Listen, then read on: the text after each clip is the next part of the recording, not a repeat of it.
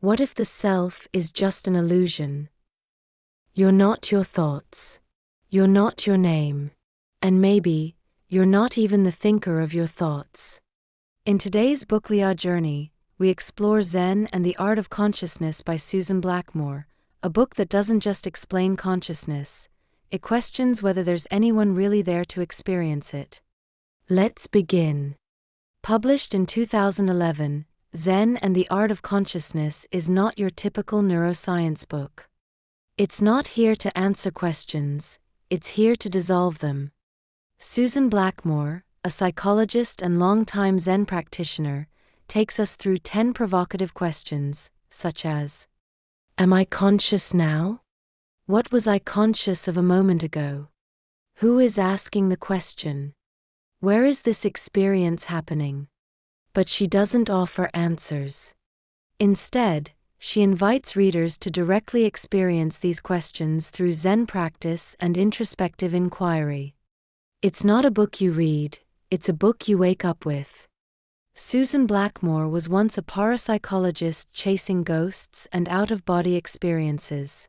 But after years of scientific skepticism, she realized, extraordinary claims demand extraordinary evidence. And while she let go of psychic research, her curiosity didn't fade, it turned inward. She began practicing Zen, sitting in silence, and letting go of beliefs. What emerged was this book, a bridge between consciousness science and Zen inquiry. Here are 5 Zen lessons on consciousness from Susan Blackmore. A scientific thinker walks the Zen path and invites us to question everything we thought we knew about consciousness, self, and the nature of experience. 1. There is no stable self. We've been taught to believe in a me inside our head, making decisions, observing the world, driving the ship. But Susan Blackmore, merging neuroscience and Zen, invites us to look deeper. Where is this me, exactly? The self is a story we tell ourselves, but where is it really? Is it in your memories? Your thoughts? Your emotions? The more you look, the more it disappears, like a mirage. Zen doesn't give us a solid self. It shows us that the self is a process, a moment-to-moment construction, a habit of the mind. The lesson? Letting go of the self isn't a loss, it's freedom.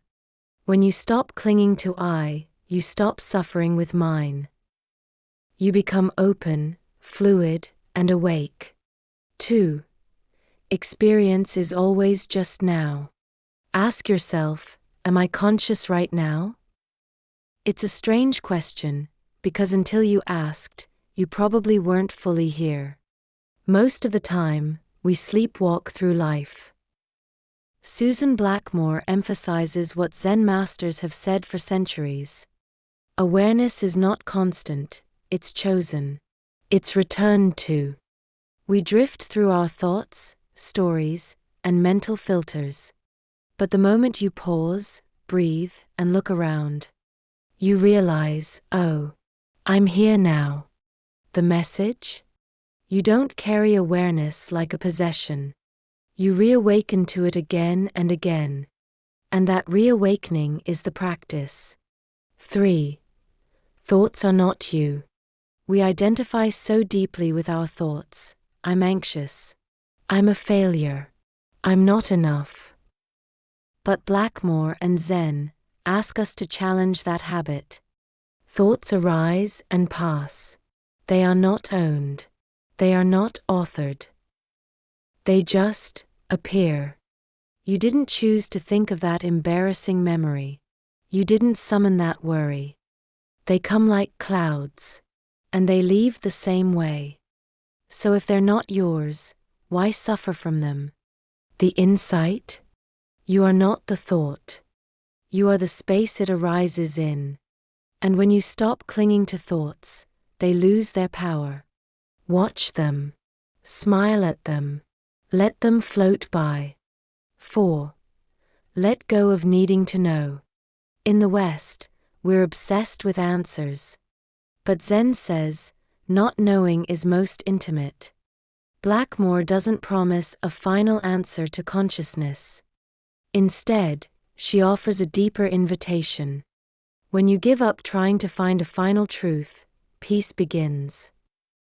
You don't need to pin down life like a formula. You can sit with mystery.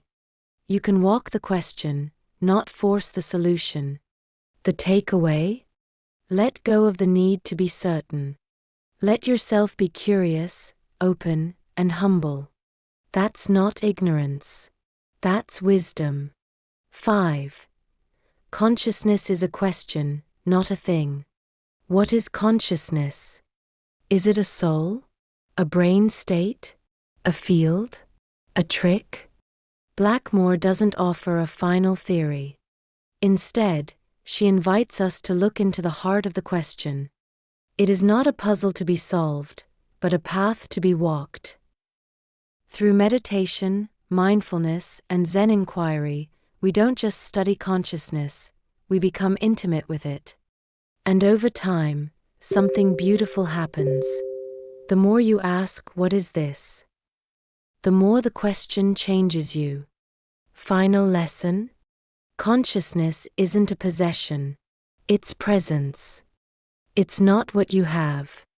It's what you are, when you stop running from the moment. Zen and the art of consciousness is a mirror. It doesn't reflect your face, it reflects your awareness. It won't give you answers. It will peel them away. This is a book for anyone who's ever asked, "Who am I? What is this moment? Is there really anyone in there?" Susan Blackmore invites you not to believe, but to see. Look directly. Let go. Be here. Now. So which question from Susan Blackmore's book made you pause the most? Drop it in the comments below. And if you're on a journey of awakening, follow BookLia for weekly spiritual book journeys that challenge, uplift, and transform. This is BookLia, one book, big insights.